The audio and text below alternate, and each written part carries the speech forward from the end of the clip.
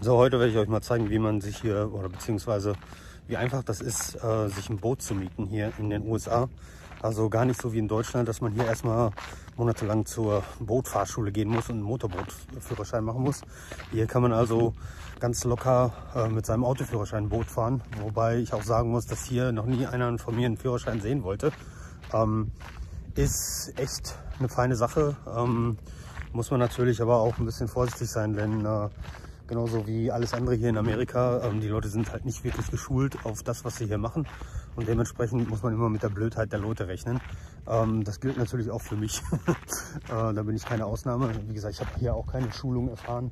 Ich würde mal so sagen, so halbwegs gesunder Menschenverstand sollte einen eigentlich am Leben lassen hier. Und man muss halt nur aufpassen, dass man hier nicht in die aus der Fahrrinne rausfährt und mit seinem Boot irgendwo aufsetzt, beziehungsweise es dann noch arm macht, weil so ein Boot kann gerne auch schon mal 50.000, 60.000 Dollar kosten und man hat dann nicht wirklich eine Versicherung, wenn man hier rumschippert. Morning. Good morning. Let me grab my checklist and we're good to go. Are you ready, Danny? Yes, I am. I'm gonna catch a big fish. Alright, I'll ride it this way. All right. You guys need some help? Let me get this for you. Nice, thank you. This y'all's first time here at Lake Powell? Yep. Awesome. Where you guys coming from? Tennessee. Tennessee? Are there big fish here? There are good fish here. There's striper and walleye, the nice ones to catch up here. They're all over the place. Striper are biting like crazy recently. Oh, really? Yeah, they're good. Where in Tennessee y'all coming from? Chattanooga. That's where I have a friend. He's doing his master's there right now. Oh, actually. at University of Tennessee? Yes, sir. Oh, nice. Yes, sir. I stopped through there on my way out. I'm from Virginia, so Oh, okay. you guys drive or you guys fly out here?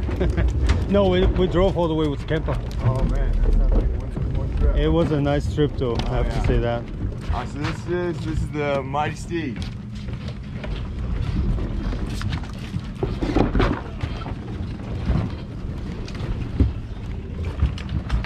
So first and foremost, we gotta check out our prop and our skeg. These are like kind of the two big things that we get in trouble for. So that's what we're gonna check out first.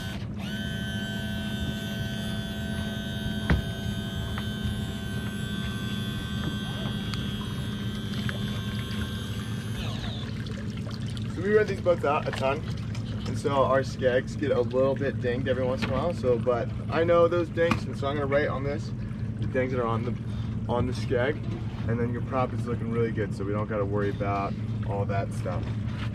So I got that checked off. Let's see. Starting this motor, there's only two things. There's only two reasons why this motor won't start, and it's if it's in gear, trimmed up like out of the water, or okay, three things I lied, or the kill switch is flipped. So once I get this all the way down, we can get this. There you go. So if you heard like that little like, that's how you know that's all the way down. So right now, I think someone pulled the kill switch. So when the kill switch is down, it doesn't even move even a little bit. So this is what it sounds like when kill switch. When the kill switch is out, it's not even moving even a little bit. And to fix that, you put this little lanyard in and you flip that switch up. Then you get going. All right. That's going. The only other reason it wouldn't start is if it's in gear. So like if it's down and forward, it's not starting. Not even a little bit. So just always neutral. You're in neutral, you can't like move back and forth. It's kind of like the opposite of a stick shift. How it's got the wiggle, this wiggle stops. So let's see, those are why it would not be starting. Let's see, the life jackets. Let's see, so you two. We have our own. You have your own? Okay, awesome. And so we do have these for the adults, but for the kiddos, they have to be wearing theirs at all. Yeah, we have our own life jackets, that's not a problem. Yes, sir. So yeah, so, and then anytime anyone's going swimming, always have the life jackets on. Let's see, I will grab you guys. I'm sorry it's not in here right now. But we do have a paddle for you, and I'll grab that. And we also have a bucket that is not in there. I'm sorry, okay. No bucket or paddle, and I will grab those for you guys. Is the throwable square pad in there? Is that under the and this is also the throwable pad. So this is a throwable pad for anyone that goes overboard when they weren't expecting it. Yep. And this is something you can throw for them to sit and use. Let's see, and I will grab a paddle and a bailing bucket for you guys. And then the fire extinguisher is right there underneath the passenger side. And so the gas, so you guys have about 45 gallons in here. Okay. And that's going to get you about 7 hours of runtime, so about the whole day. Yeah. And you will need to fuel up at Bullfrog, which is that marina across the lake. Yeah. At before 4 o'clock. So they close their fuel like at 4, so you got to get there before 4 to get it back over here. Okay. And so this just takes the most basic fuel. It's, let's see, yeah. It is all the way fueled up. Our gas gauges are a little janky, so it is all the way fueled up. And you got about 7 hours if you're not like slamming the motor all the way down, because once you get past like 5,000 RPMs up into that 5,500 range, you're really not going that much faster, and you're just burning fuel like crazy. You're just overworking the engine. Okay. Now, did you already say you had boating experience? Yeah. Okay. Yeah, awesome. So this isn't your first rodeo? Nope. Awesome. So we used to have 2 strokes in all of our rowboats. Now we have 4 strokes, so you don't actually have to replace the oil. You used to have to buy gas and buy oil. We don't have to do that anymore. Refueling, the fuel lock, they see these boats 24/7, so they know what they're doing. The gas tank's over there, and they just take like the basic 85, whatever it is. Okay. Let's see. Going through everything over here. Wakeless speeds, under 1,000 RPMs. All the marinas are wakeless. And there is one wakeless canyon up around the corner, Lost Eden. Yeah. I would definitely recommend checking that out. It's very cool. It's got a giant amphitheater in there. Okay. And it's a very cool spot. Let's see. All the switches, none of our light switches work since you guys are going to be back around 4 o'clock. So you don't, none of our light switches are. The only thing that do work is our bilge pump and our horn. It sounds really bad, but it's there just in case you need it. Let's see, our bilge pump, we just have all new auto bilges put on all of our rental boats because we had a problem with one that had been sitting for a while. And so if it does detect water, it will start pumping it out immediately. And never hesitate to flip that on. The only thing is the motor does have to be running for it to be working. Okay, so that flips all the water out. Yeah, that flips all the water out. You shouldn't have a problem, but if you're just thinking, don't hesitate to flip it on. It can't hurt nothing. Let's see. The weight distribution, don't keep everyone on one side. You will take this boat in circles. They gotta be pretty evenly distributed. Try to remain seated while the boat's moving, keeping arms and legs inside at all times. No bow or stern riding, so believe it or not, you can't sit up right here when the boat's going. Okay. Let's see what else. Requesting for any assistance. You guys do have a radio in here. Oops. You have a radio, and it's set to channel 16. MPS, the National Park Service, they're monitoring channel 16 all the time. Okay. So if you need any help, if you are in an emergency situation, it's Mayday, Mayday, probably about 346 on whatever mile marker you guys are at. I'll explain that in a second. And you guys have 1, 2, 3, 4, 5 souls. So Mayday, Mayday, power about 346, we're at mile marker, whatever, and we have 5 souls on board. Let's see, beaching. You are allowed to beach these boats. I definitely would recommend finding a spot, beaching it, hanging out. It's a lot of fun. Just remember to trim the motor up when you guys are coming in, and don't be flying into the beach, and just take it a little slow. I always recommend trying to find like a little spot off the main channel, just because the main channel has the most traffic and you kind of get rocked a little bit. So if you find a little canyon with a nice little spot, definitely recommend it. So I just strand the boat? Yeah, you can. Yeah, so as long as it's like a sandy beach. Yeah. So you've got a sandy beach, and you just come in slow, just like you're doing wakeless speed to it. Mm-hmm. And as you're coming up, since you don't have a depth finder, just tilt it up a little bit as you come up. It'll start to rise up, and that way you won't catch any rock with the skid if there happens to be one under there. Okay. But you'll still have enough. You'll still have the water. You'll still have the motor in the water with enough power to drive the nose up under the sand, so you don't float it away. Okay. Mm-hmm. Basically, how you do it. Okay. Let's see. If you guys do decide to just go swimming, like somewhere in the channel, like you just like find a spot you guys want to go swimming, someone has to be behind the wheel driving it when you guys are doing that. There's no anchoring, right? There's no anchoring, so we do have this anchor, but when the average depth of the channel is like almost to 200 feet, so the anchor really doesn't do much. Yeah. And so someone's got to be behind the wheel of the boat. And if you guys do go swimming, we do have the ladder back here. We do have the ladder. Make sure to pick it up when you guys are done swimming, and then take the key out of the ignition. I take the key out of the ignition because I'm terrified of that propeller right there. Yeah. Just take it out, take it out. Just don't even got to worry about it if the key's out of the ignition. When you're coming in from swimming, don't use the prop to get into the boat. Believe it or not, people do try it and they slice their feet open all the time. The weather's supposed to be pretty beautiful like this all day today. It's supposed to be staying hot also, so I'd recommend drinking water as much as you guys can. But it's supposed to be a beautiful day, not too windy. See wakeless speed areas. All marinas are wakeless, and then that one canyon is the only canyon I know. So that is the one around that corner? It's around that corner, and you're going to see two canyons. One's huge. That's Halls Creek Bay. Enormous. You're allowed to go full bore through there, but the one right to its left, it's a lot smaller. Okay. That's definitely not wakeless. Let's see, the large boats wakes. This is the 19-foot power boat. It's not the biggest boat on the lake. Just be mindful of bigger boats and try to hit their wakes at a 45-degree angle, and definitely give them as much space as you can. Don't try to fly right next to them. You'll get bounced to kingdom come. Let's see. You guys don't have any portable toilets, but we do have floating restrooms. About an hour south lake, there's some floating restrooms, and about 45 minutes north, there's floating restrooms in the Forgotten Canyon. Let's see the buoy system. So we do a buoy system here on Lake Powell. They're all kind of mile markered up. So like this one right there, that red buoy, I don't know if you can see it. It's like directly straight in front of us. That's mile marker 94. If you're going north, try to keep the red buoys on your right, and when you're south, keep it on your left. And it is like there's lakes kind of simple. It's just up and down. Okay. Unless you're going like in and out of canyons, it's pretty north. So is there any like restriction on how close I can go to the canyon walls? I mean, so like. Well, that's a great question, because if you're going to go close to the canyon walls, you want to be at a slower speed because the lake water has dropped so much. You never know if there's a hidden rock you might pop up and hit and take that whole engine out with. So if you're going to go fast down the lake, your best bet is staying in the center channel, because that's where it's the deepest, like he's saying, 200 feet. Yeah. But if you want to go up and look at like you can curve down here a couple of miles, and there's a gigantic, nice, big, old, huge wall, like 300 feet high.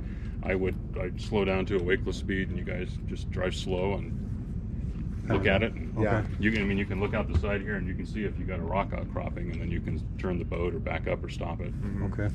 Yeah. It's a canyon. It's a lake where it's not supposed to be a lake. So you just got to be mindful of rocks where, sometimes you think it's safe, but like he said, the main channel is always the safest. But running along the sidewall, just take it slow. You should be good. Yeah. Let's see. Trying to think. The alcohol warning. You can get a buoy, which is a BUI. Boating under the influence. It will go on your record as a DUI. It is not something that Park Service messes around about. So I will warn you about that. And since you do have the kiddos with you, just the responsibility that you guys are all here for. I don't got to tell you that you're responsible for them. Let's see. I think I have everything. I do need to get you guys your bailing bucket and your paddle. But any other questions for me? No. No? Awesome. It seems like I read something about Rainbow Bridge. Rainbow Bridge. Is that really far? It's quite a far ways away. That's a little bit of ways. Okay. What is it, 2 hours away? Yeah, 2+. Okay. And then there is a marina down there, but unfortunately the marina is inoperative, so you couldn't get more gas down there. So you probably have to take a bunch of gas cans to get yourself back. Inadvisable to go without that dangling rope marina open. Gotcha. If it was open, I'd say you could go down there and then you could shoot over there and get gas, and you could come back. But a little too far, I think, for just 45. Yeah, so I have, if you got nothing else, I will go grab your paddle and your bucket, and you guys are good to go. Macht euch mal nichts vor, natürlich könnt ihr auf dem Boot auch ein Bier trinken, allerdings gelten hier auch die gleichen Regeln wie beim Autofahren. Ja, man darf sich also hier nicht betrinken. Da sind auch gerade noch mal darauf hingewiesen worden vom Instructor, dass ein BUI, das heißt also Boating Under the Influence, auch genauso verboten ist wie eine DUI. Allerdings kommt man hier nicht so in Trouble für eine BUI, wie man für eine DUI kommen würde. Denn in Amerika heißt das direkt erstmal mindestens eine Nacht im Gefängnis. Da kennen die hier keine Freunde. Also jeder, der hier in die USA kommt, sollte sich auf jeden Fall vorher mal darüber schlau machen, wie die Rechtslage ist. Die ist eigentlich von Staat zu Staat überall die gleiche. Dennoch gelten hier natürlich auch diese Promillegrenzen, so wie wir die auch in Deutschland kennen. Hier auf dem Lake Powell besteht das Cockpit halt nicht nur aus Drehzahlmesser und einer Geschwindigkeitsanzeige, die hier auch bei diesem Boot auch gar nicht funktioniert. Auch hat man oft einen Stundenzähler, das ist für den Motor, das heißt also, wie viele Betriebsstunden dieser Motor schon hinter sich hat. Auch wird, und das ist ganz wichtig, das ist eigentlich die wichtigste Anzeige hier auf dem Boot, ist halt die Tankanzeige. Ja? Es gibt hier nochmal eine Pumpe, das heißt also, wenn hier ja, keine Ahnung, wenn hier eine Havarie stattfinden sollte, also dass hier übermäßig Wasser eintritt, kann man hier die Pumpe anmachen und das Wasser wird abgepumpt. Lichter gibt es auch noch. Hatte man uns ja bei der Einweisung erzählt, dass die gar nicht funktionieren. Und diese ACC, keine Ahnung wofür die eigentlich sein sollten, ist aber auch für uns jetzt für unseren Trip hier Quatsch. Das andere, was hier halt ganz wichtig ist, auch gerade auf dem Lake Powell, dadurch, dass wir hier überhaupt keinen Cellphone-Service haben, das heißt also keinen Handyempfang, haben wir hier ein Funkgerät. Ja? So, das Funkgerät, das ist mehr oder weniger auf Kanal 16 gestellt. Hier hat er uns erklärt. Wenn ich jetzt hier drauf drücke und sage Mayday, Mayday, 5 Seelen an Bord, bla bla bla, dann kommen die und holen uns hier ab. Das ist natürlich eine ganz feine Sache. Dadurch, dass das Handy hier nicht funktioniert, da haben wir uns ja alle so dran gewöhnt, dass wir überall Internet haben und wenn mal was passiert, können wir direkt die Polizei oder auch Feuerwehr rufen. Dem ist hier nicht so. Das heißt, wir müssen hier noch auf alte Technik zurückgreifen, in dem Fall CB-Funk. Natürlich, wie auch bei allen anderen maritimen Geräten, gibt es hier einen Kill-Switch. Das heißt also, den sollte man normalerweise sich an den Gürtel machen oder so oder ans Handgelenk. Ja, hier ist ein Karabiner dran, den könnte ich mir jetzt an die Hose machen, dass wenn wir mal hier so durchgeschaukelt werden, dass ich von Bord gehe, würde sofort der Kill-Switch auslösen. Das heißt also, wenn der abgezogen wird, so, heißt das, das Boot geht sofort aus. Wie der Name schon sagt, Kill-Switch, das killt den Motor. Haben wir jetzt hier nicht gemacht. Das ist eigentlich ja, fahrlässig, muss ich ganz ehrlich sagen, von meiner Seite aus. Aber wir fahren hier auch nicht so schnell, weil wir halt ein kleines Kind dabei haben. Und dementsprechend ist es jetzt auch nicht so tragisch. Gas geben, haben wir hier den Gashebel. Ja? Also genauso wie beim Motor hoch und runter machen, dass wir hier über diese Knöpfe machen können, können wir hier Gas geben. Das heißt also, wir haben hier einen Knopf, den wir ziehen müssen. Ja, man kennt das von manchen Automatikschaltgriffen. Man zieht den also und dann kann man nach vorne gehen. F steht hier für Forward, ja, N für Neutral und R für Reverse. Also das ist natürlich jetzt für uns Deutschen natürlich universell auch übersetzbar. Vorwärts, neutral, rückwärts. Ja, also hier nochmal, wenn man in eine No-Wake-Zone reinfährt, sollte man den Drehzahlmesser, den wir hier sehen, ungefähr bei 1000 also bei 10 hier in diesem Fall ist ja RPM mal 100, das heißt also Rounds per Minute, sollte man bei 1000 lassen und dementsprechend fährt man dann so langsam, dass man hier auch nicht wirklich Wellen erzeugt, wenn man rumfährt. Wenn ihr mal an einen Strand wollt, dann müsst ihr das Boot stranden, ja, weil hier zum Beispiel in so einem Canyon Lake ist es natürlich so, dass hier ist alles auf Stein, oder das meiste auf jeden Fall, und dementsprechend kann man nicht hier einfach ankern, beziehungsweise der Lake hier selber ist in der Fahrrinne auch so ungefähr 200 Fuß tief. Das heißt, so lang ist ja kein Ankerseil, dementsprechend muss man, wenn man an einen Strand will, muss man an den Strand fahren und den Motor hochziehen und langsam ja, quasi das Boot stranden. Lessons learned, als wir gestern hier, und das war ziemlich so der gleiche Ort hier, der gleiche Strand, als wir uns gestern hier niedergelassen haben, haben wir das Boot gestrandet, so wie uns gesagt wurde. Das hat auch gut geklappt. Beim Wegfahren allerdings wollten wir es wegdrücken und haben festgestellt, dass wir es gar nicht aus eigener Kraft wegdrücken konnten. Wir hatten hier noch einen jungen Mann, der uns helfen wollte. Das hat aber auch nicht geklappt. Im Endeffekt mussten wir ja den Motor so weit hochziehen, dass er halt noch im Wasser ist, aber den Boden nicht berührt, und dann einfach Vollgas geben. Und dann hat sich das hier langsam losgewackelt und man muss da manchmal ja, so ein bisschen die Angst ablegen. Ich habe hier eine Versicherung fürs Boot abgeschlossen, $25 am Tag mit $500 Selbstbeteiligung. Das ist also für Beschädigungen, die am Boot stattgefunden haben, und dementsprechend bin ich hier eigentlich ganz gut abgesichert, was ich so eigentlich vorher auch nicht wusste, denn die anderen Boot-Rentals, die wir bisher gemacht haben,